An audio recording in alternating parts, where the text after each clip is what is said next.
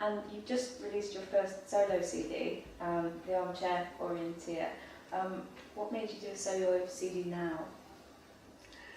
Well, I don't know if it was now really. It's I've always kind of written tunes and written stuff, over the past years.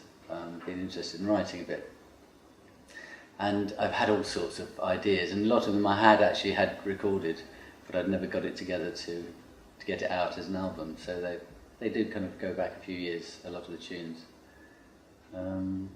But now, I mean, I am trying to kind of focus a bit, having given up the touring side of things, trying to focus a bit on working from home and working a bit nearer the family rather than having to be away all the time.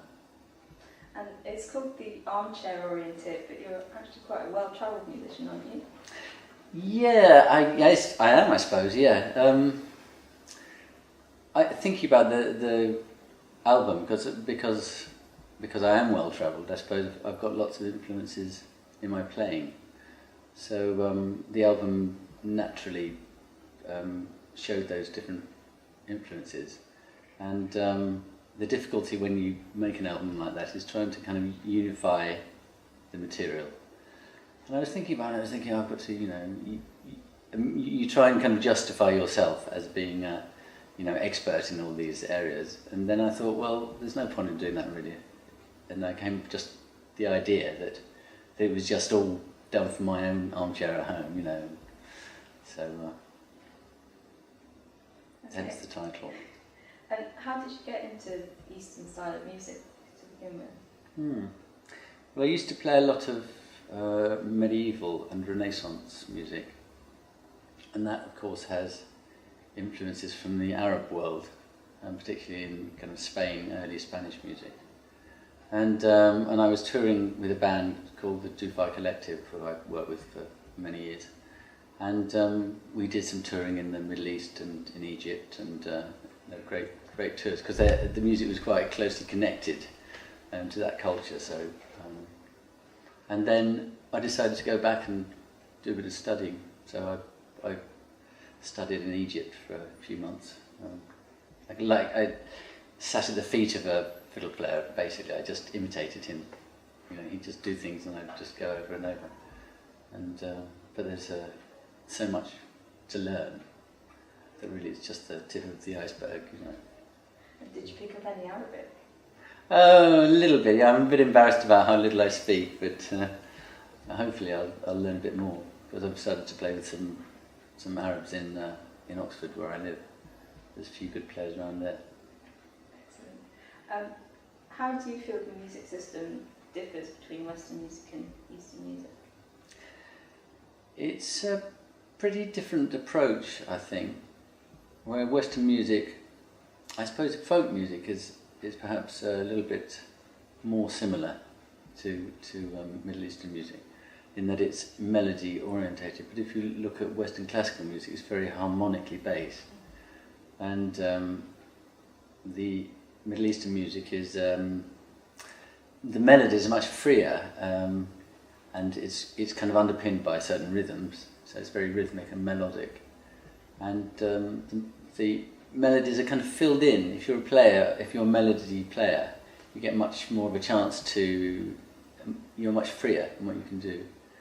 And I loved the kind of expressive kind of repertoire of sounds that can be made in that music. And of course the scales are very different. That's the basic thing, that there are scales that we don't have, with quarter tones, and you have to just learn to catch the sound, the feel of them, rather than being too analytical about it. Does it make notation difficult? They have ways of notating whereby they like put a slash through the flat, which means it's a half flat, or just half sharp. It's just got one bar across instead of two strokes across.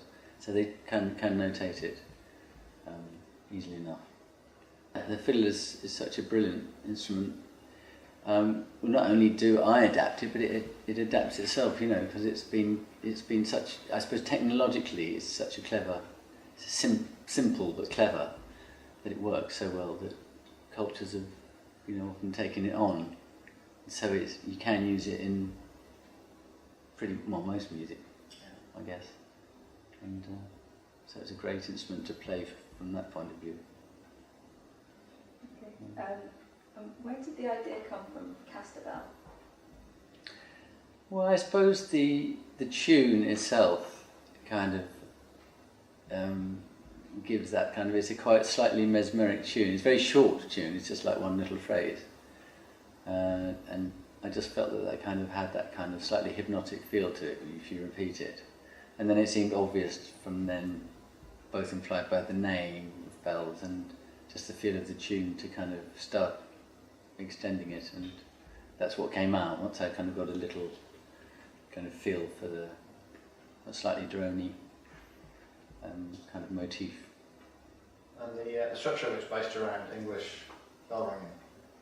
Yeah, those ideas. Yes, but I'm nervous to admit it, but I have done a bit of bell ringing in my time, so I'm kind of acquainted with how bells work.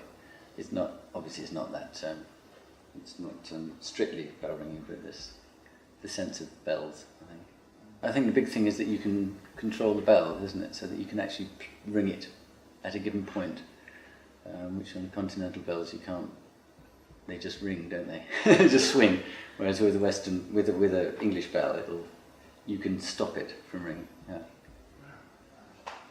And so, what are you up to next, Giles? What's your next project?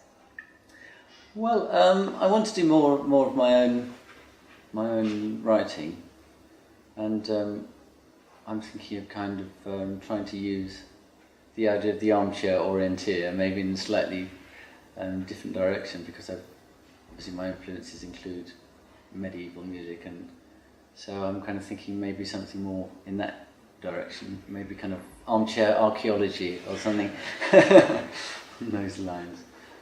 So yes, more work and more stuff around Oxford really, and hopefully more Arab playing, and just enjoying myself in the sessions and not having to work too hard touring. But I hope as well to get a little group together to do some of the Armchair Orienteer stuff, because I did do a concert down in the Scilly Isles and played some of it, and we worked quite well, so maybe I'll try and get that as a little setup.